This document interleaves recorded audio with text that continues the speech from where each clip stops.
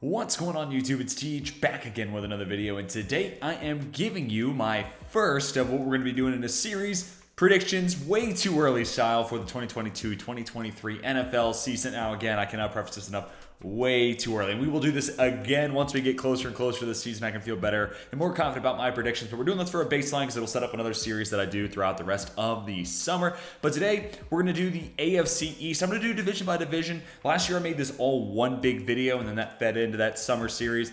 I don't like doing that because then I feel like I'm cheating some fan bases by skipping past their teams and talking about others for too long. And, I'm long-winded in nature, so I'd like to be able to talk about each and every team, give each squad their due diligence. So we're going to do it division by division this year. Tell me what you think about that down below in the comment section. Let's start with the AFC East and, the Miami Dolphins. This is a really exciting team to get to see in action this upcoming season. Of course, the Tyreek Hill move is, the chieftain of what they did this offseason. But Mike McDaniel really is such a fascinating piece into this. And of course, you signed Teron Armstead, Connor Williams, excited to see what that offensive line looks like.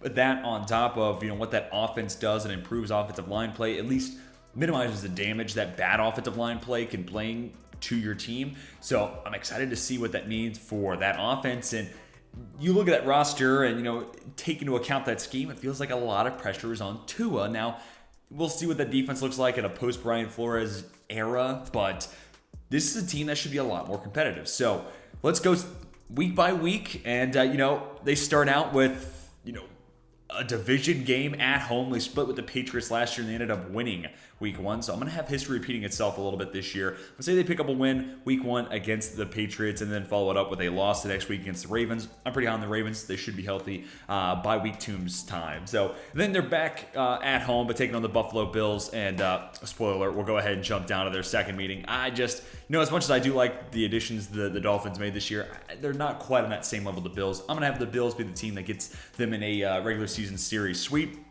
Home against the Bengals. Now, quick turnaround. That's always tough, and especially, Thursday nights, I tend to have a little bit of a bias towards the home team, not having to do as much traveling, or at least traveling back, staying in your own bed, playing in your own facility and on your home field. I feel like that's an advantage. Now, granted, Miami, Cincinnati, it's not like, that's a whole lot of a distance to cover, but I'm going to go ahead and take the Bengals in this one. 1-3 start. This is a team that could certainly be better, and obviously 1-4, accounting for the future loss that I have already chalked up against the Bills. But that game Thursday night could go 50-50, especially, offenses can get out to a slow start. I can see where the Bengals maybe are a little stagnant to begin the year and kind of pick it up just like they did last year, really. So I can see the Dolphins stealing that one on the road without a doubt. And then I'll take the Dolphins on the road, picking up a win against the Jets.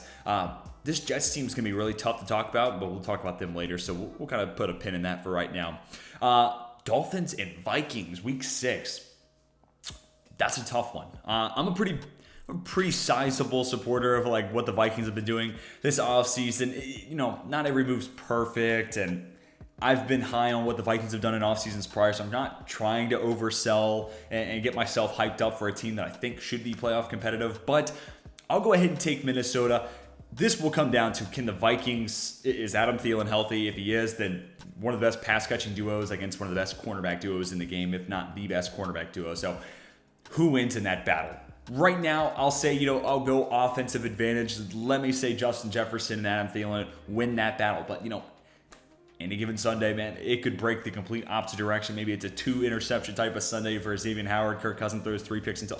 I can see that storyline. Again, it's way too early. But I'll take the Vikings as we stand right now. I'll take the Dolphins over the Steelers. Especially against that Pittsburgh, offensive line. The Dolphins may not have a great pass rush, but because Pittsburgh's so weak, they might be able to get more out of Jalen Phillips and Christian Wilkins and company. And then, on top of that secondary against a bad offensive line, they'll be able to generate pressure. I could see the Miami defense just kind of winning this game. I could see this one definitely being long scoring because same side of the other coin, or other side of the same coin. What does Tua do against that Pittsburgh defense? That's certainly, worrisome in and of itself, but Tyreek Hill can generate big plays, and with a guy like that, I think it was Cam Hayward after Tyreek Hill got traded, even tweeted out, that changes how you play the Chiefs. You can play man coverage against Kansas City now. Now, Miami, you really can't do that against them. So Tyreek Hill will generate big plays. Jalen Waddle will as well. And this is kind of a Pittsburgh team that doesn't have a whole lot of speed on it, especially in the secondary. So I can see that being a mismatch advantage for Miami. And I think that defense could really cause some harm to either a rookie quarterback, a not so great younger quarterback in Mitch Trubisky, and a bad offensive line in Pittsburgh. Moving on, I'll take the Dolphins over the Lions. This could, I think the Lions are going to be more competitive this year, but I'll still take Miami as the better team. A little further along. They're not really a rebuild. Like, Detroit's still rebuilding. And, Jared Goff, Tua, by this point in the season, I'm hoping Tua is putting together his best season of his career, and I think that would have surpassed him and Jared Goff. And for most people, QB rankings, Tua is, ranked higher than Jared Goff. So I'll take that into effect. And despite it being on the road, give me the Dolphins in week 8. And then against the Bears, let's make it a 3-game win streak here. Chicago, I'm really worried about that offense and offensive line concerns, lack of playmakers. I think the Miami defense, again, defense travels too. That's the other component of this against the Lions and against the Bears.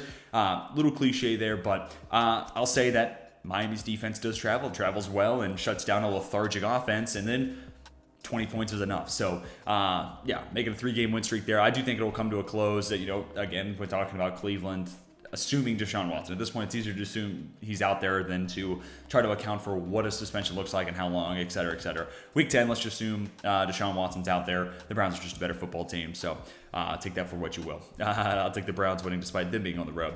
Bye week, and it's kind of unfortunate sometimes. The bye is an advantage in a lot of ways. Sometimes it gets, overcooked when it comes to like betting and things like that. But that being said, a bye week, you kind of wish it was, leading into a bigger game, like maybe your second meeting against the Bills or your second game against the Pats. It's against the Texans this year, who are still not that very good. So I'll take the Dolphins there pretty confidently. Rematch, or not really a rematch, but a battle between Mike McDaniel and his teacher and Kyle Shanahan. San Francisco's, deep playoff run, caliber squad. Give me the 49ers there. And I'll take the Chargers for similar merits coming from the AFC. I think they're just a better football team, so I won't drone on too far. So, a 3-game win streak, loss to the Browns, bye week win, 3-game losing streak, and then they play Green Bay. And, this schedule is kind of daunting down the stretch, especially when I'm doing this, looking at this off the first time. So you're getting general reaction. You're getting my off-the-top thoughts here. But Green Bay, just a better football team. Don't need to talk about that one too much. And then we get into, Miami and New England's second meeting of the year. We had the Patriots taking the first, or we had Miami taking the first. So I think these two teams are pretty even.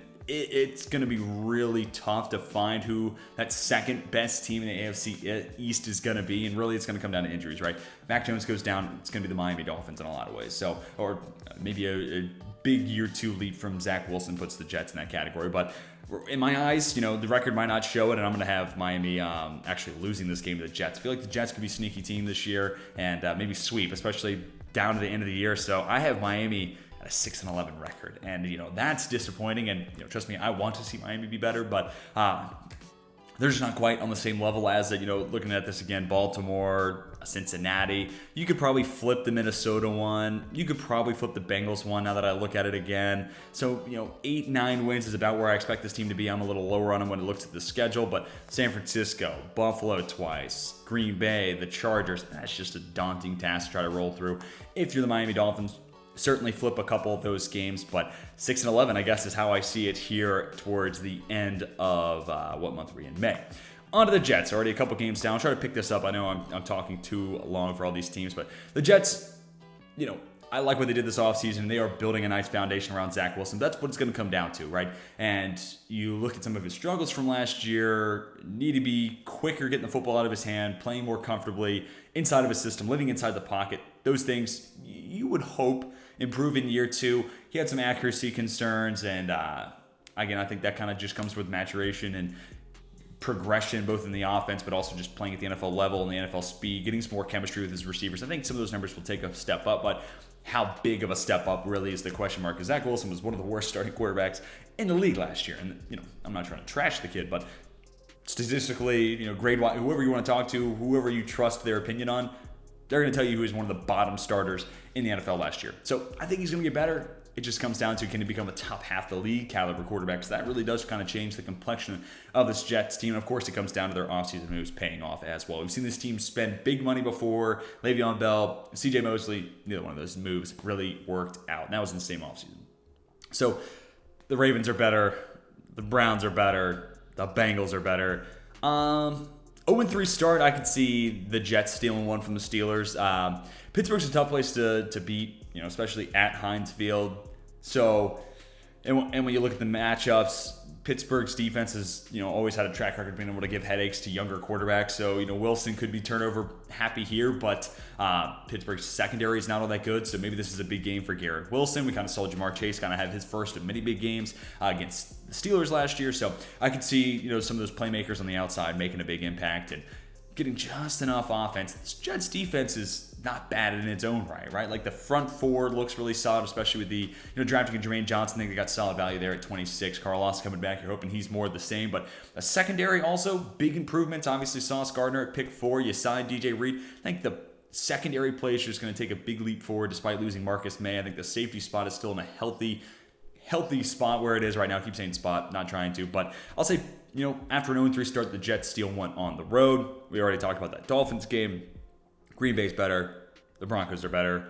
And we'll given a couple more losses, let's make it a home and home split with the Patriots. And that's not to say I think that Jets are as good as the Patriots, but division games, these things tend to happen. And actually, more often than not, it feels like it's a road and road split. But here we'll do home and home, but a split is a split no matter what. It's a 1-win, 1-loss situation in proposition. So, again, I think the Jets will be sneaky, and it feels like maybe I'm talking too much and going off the top a little too much here, but it feels like when a team starts to find the rhythm, it starts with division games, right? You knock down the big dog in the division, or you come away with a surprising win and turn a few heads, but it comes in those division games because they always play a little tighter. So maybe I'm over speculating there, but I feel like the Jets could take 1 of 2 from Miami. I think they could take 1 of 2 from New England as well, but I'm going to have them losing both games to the Bills. And quickly, this record is kind of going sour. I'll take the Jets over the Bears though, and I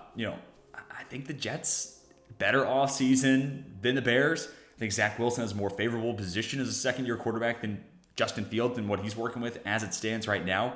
Year 2 of Robert Saleh, year 2 of Mike LaFleur compared to the Bears. First-time head coach to that, and a first-time offensive coordinator and play caller. So, a lot of newness there in Chicago. Don't love the situation around Justin Fields. I think the Jets are just they're a year further along in the rebuild process, and it's a really sizable step. It's not just a year advanced forward, but it's like a leap forward because of how good I think their offseason was. So, I'll take the Jets there at home, scoring a scoring a win against the Bears, and any win that the Jets can get is a big one. The Vikings are just a better football team. I'll take the Lions as well in Week 15. I'll take the Jets over the Jags. Thursday Night Football, again, I'm a little biased. Thursday Night Football, I tend to like the home teams when I come to picking games. But I'll take the Jets at home. These two teams are both trying to work themselves out of tricky situations, and those two teams obviously picking 1 and 2, Lawrence Wilson. They'll be linked for the foreseeable future. I'll take the Jets at home. Again, I think there's just a better ecosystem around Zach Wilson. I might like Trevor Lawrence as a better second-year quarterback, and I think he can make a bigger leap. But the system and the situation around Wilson is certainly better. So I'll take the Jets there on Thursday Night Football. And then Seattle and New York, I'll take the Jets in the win here. And when it comes to East Coast, West Coast travel, I tend to be a little bit more disfavorable to West Coast teams coming to the East Coast as opposed to the other way around. Now, that's kind of been dispelled, and those numbers have kind of evened out. It's a pretty even 50-50 proposition nowadays when it comes to, travel. You can do it pretty quickly, and you can do it early enough in a week to where it really doesn't become a huge advantage for home teams like it might have once been. But long tangent aside, let's just say the Jets get hot towards the end of the year, and that kind of propels a reason to keep Robert Saleh and Joe Douglas around, which I don't think they should get rid of those guys, even if this team, say, has a 6-11 record. That's a step in the right direction for the squad, and I don't think you need to make the playoffs. If you see an improvement, and specifically for Zach Wilson, if he can get in and around the conversation of a top 16 to 20 quarterback, that's a step forward. If he goes beyond top 16, that is a huge step in the right direction for the Jets. So I think there still should be some time built into what Saleh and company are building. So 6-11, I guess I got them and the Dolphins neck and neck compared to where I see the Patriots. But yeah, let's go ahead and just talk about New England. I'll have the Patriots scoring a win against the Steelers. I have the Steelers starting out the year, I guess, 0-3 with where we're at right now. New England just finds a way to kind of have Pittsburgh's numbers more often than not. And neither one of those offenses is all that impressive. But just, actually given that, I'm actually going to take the Steelers at home. That might be the Steelers' home opener. They have a pretty good home opening record. But because of that, I really am concerned about this New England defense, and that allows me to kind of talk about my concern. Mac Jones in year 2 should get slightly better. And they may not have a star wide receiver on the roster, but they added some more options there. So that's good. You're adding more quantity, and they're all solid players. So where you lack maybe superstar quality, you have a good amount of quality. Okay, I can work with that. Plus the tight ends, the offensive line will be fine. Cole Strange will be an okay player. It was a reach, but he'll be fine, and he'll complete that offensive line in any holes he might have had. The defense is really what worries me, not necessarily the front four. And Bill Belichick's always had a way of working out the linebacker room. Man, if Jalen Mills is your best corner on roster, him or Malcolm Butler returning to the Patriots after that sour ending the first time round, alarm bells need to be sounding off. And Devin McCourty's a great safety, but he's in his mid-30s. So how much longer can he do it? And I don't know. I love Kyle Duggar, but still, and Adrian Phillips took a step forward last year. But I don't know. I'm still really worried about that secondary, specifically in the cornerback position. Last year they started playing a lot more zones, so maybe it won't matter, but I'm actually going to go Pittsburgh scoring a win at home. So it's an 0-2 start for New England and make it 0-3. I think Baltimore's better, and I think the Packers are better. I'll take them over the Lions here. And, of course, there's going to be upset, so it's tough for me to say, I'm in a lot of ways taking some of the favorites in these situations other than, maybe the series splits. But we don't really know a whole lot about what these teams are really going to be looking like. We haven't gotten to training camp. We haven't seen some of the early injuries come through, and hopefully there aren't that many this year. But, yeah, I'll take New England over Detroit scoring their first win of the season. And the Browns are just a better team. And, getting them at home, that's tough. But bounce back against the Bears. Again, they're just a better football team. Again, I'm not trying to be too chalky here, but that's really what we have to work off at this point. Now, New England and Indianapolis. Man, this used to be such a fun rivalry. Of course, the Peyton Manning and Tom Brady battles back in the past. But, man, going into Foxborough is obviously tough all the time. This is a brutal one to try to come up with an answer for. Again, that secondary is just so concerning that even, a motley crew of, Michael Pittman, who I like, and rookie Alec Pierce and T.Y. Hilton may be coming back. Maybe they can make it happen, but I'm gonna take New England at home.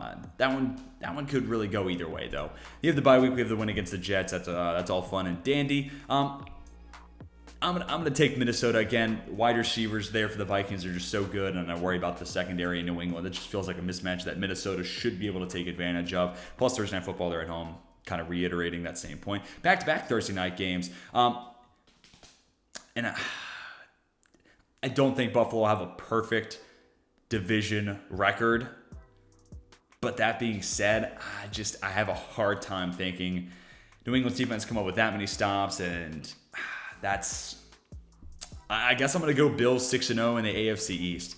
That's tough, and that doesn't feel likely because I do think the AFC East is getting better as a whole. But, who's stopping Stephon Diggs on that team? And, the Bills have just as complete a roster as there is in the NFL. So if Bill Belichick puts together an A-plus game plan and players are executing at their top-notch level, then sure, there's a chance, no doubt. And plus, Thursday Night Football, they're back at home. They got a week worth of rest here. This is a short week for the Bills. So a lot of ways, that Week 13 game, I really should pivot towards the Patriots. So if you're a Pats fan, flip that in your mind. That'll make you feel a little bit better about where I stand on this team in this video. But I get way too early. I'll have New England picking up a road win against the Cardinals. I'm just not a big, fan of what the Cardinals did this offseason. They are prone to second half collapses. Let's just say it happens again. New England scores a win there in Week 14. And this is an interesting battle, disciple matchup, kind of like we talked about with Mike McDaniels and Kyle Shanahan. Josh McDaniels versus Bill Belichick. And Bill Belichick has a really good track record of beating up on his, his understudies, if you will. It's kind of similar to Saban and, the guys who have coached under him before. And I'm really excited for Alabama, Texas A&M this year for those who are golf football fans. But I'll say it's back-to-back wins for New England, scoring one on the road. I've been talking a lot about the wide receiver versus cornerback battles when it comes to the Patriots. I don't think they have an answer for Devontae Adams, but I think Belichick will have a way to try to mitigate the rest of that offense, and maybe it's bracketing Devontae Adams, and this will also, if you're going to do that, where's Darren Waller? Is he healthy? If Waller's on the field, it gets harder to do that, but if he's not, then bracket Adams, and the rest of that receiver core could be a little rough, but yeah, I'm still concerned about the Raiders defense too, so similar concerns for both sides, and again, Belichick has a way of, having a leg up on his understudies. I'll take the Bengals, despite that being on the road, Saturday game. Again, it's tough to win in Foxborough, but the Bengals were in the Super Bowl last year for a good reason. So 7-10, I slightly have the Patriots out in front of the likes of the Dolphins and the Jets. But you're going to look at this and say I'm down on the AFC East. I promise you I'm not, but also we're going to redo this once we get closer and closer to the season. So really don't take a whole lot of what I'm saying in this series, but for a grain of salt and just kind of previewing what I think about when I look at these two, when I look at each division heading into the offseason. So Bills and Rams. This is the opening game of the week of the season. So, wow. I'm a big Buffalo Bills support. Brandon Beane, I've sung his praises multiple times on the channel.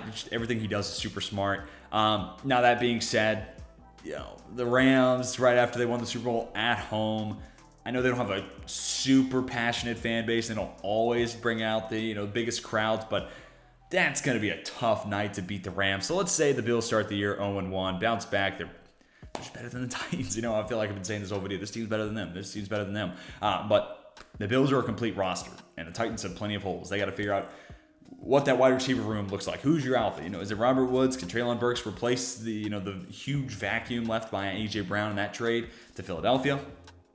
You have to hope so if you're Tennessee. Can Caleb Farley stay healthy? What does the secondary look like if he's not? So lots of concerns there for Tennessee, and Ryan Tannehill, chieftain of those concerns, of course. So I'll take the Bills there. We already talked about the Week 3 game. Bills-Ravens. That's a spicy battle right there. I feel like Baltimore last year is a great example of it. Tend to get out to hot start. Hopefully they can stay healthy and continue to play good football down the stretch. But let's just say maybe a little bit of a couple of stumbles out the gates for the Bills. Ravens score another win. I also don't want to make Buffalo 17-0 because I'm prone to potentially doing that. The Bills are better than the Steelers. And then Week 6, Kansas City and Buffalo. And Patrick Mahomes is probably still, in my eyes, the best quarterback in football. And I'm going to be doing a QB tier ranking in my next video, so you'll get some more of my thoughts, and I'll go a little bit more in depth about each of those guys. But I'm going to take Buffalo picking up a win on the road. Just look at the rosters on paper. Buffalo's got the better squad. So, yeah, Mahomes might be a slight edge over Allen, but it is razor thin.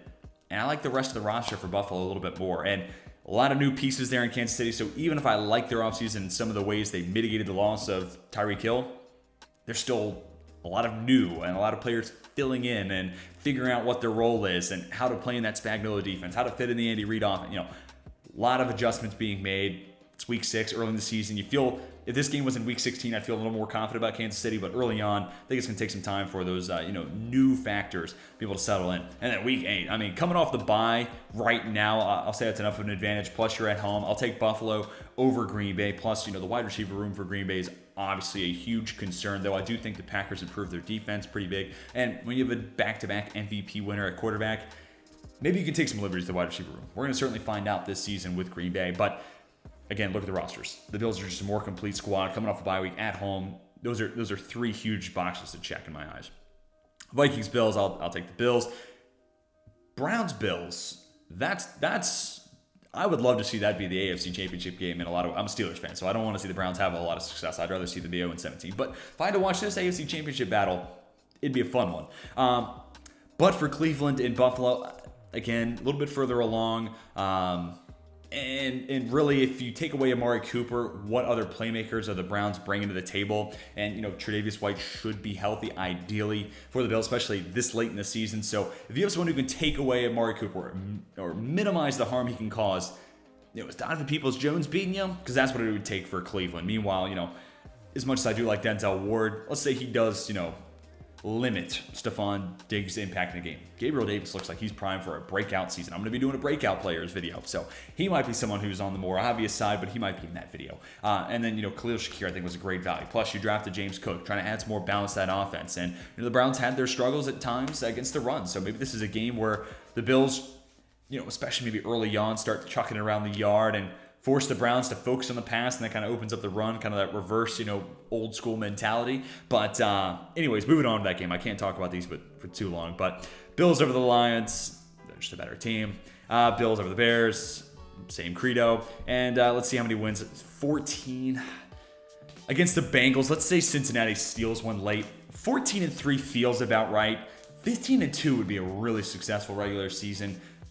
I feel like that's a really high benchmark, and I don't know if I really feel comfortable saying that a team's going to be able to hit that this early on, but for right now, let's go with the Bengals winning that game week 17, and we already talked about week 18. So there you can see on the left side of the screen, Dolphins and Jets 6-11, Pats at 7-10, and then your AFC way too early. AFC East jam, throw the Buffalo Bills at 14-3. That's just how I see it. We're obviously really early in the offseason. I've said that 1,000 times. So tell me what you think about this division and these 4 teams as it stands right now. There will be some other moves made throughout free agency and whatnot.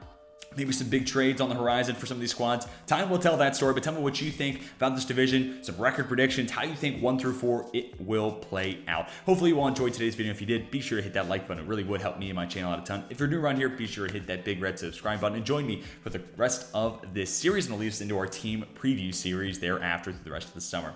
Hopefully you all enjoyed, and until next time, my name is Tej, and I'm signing off.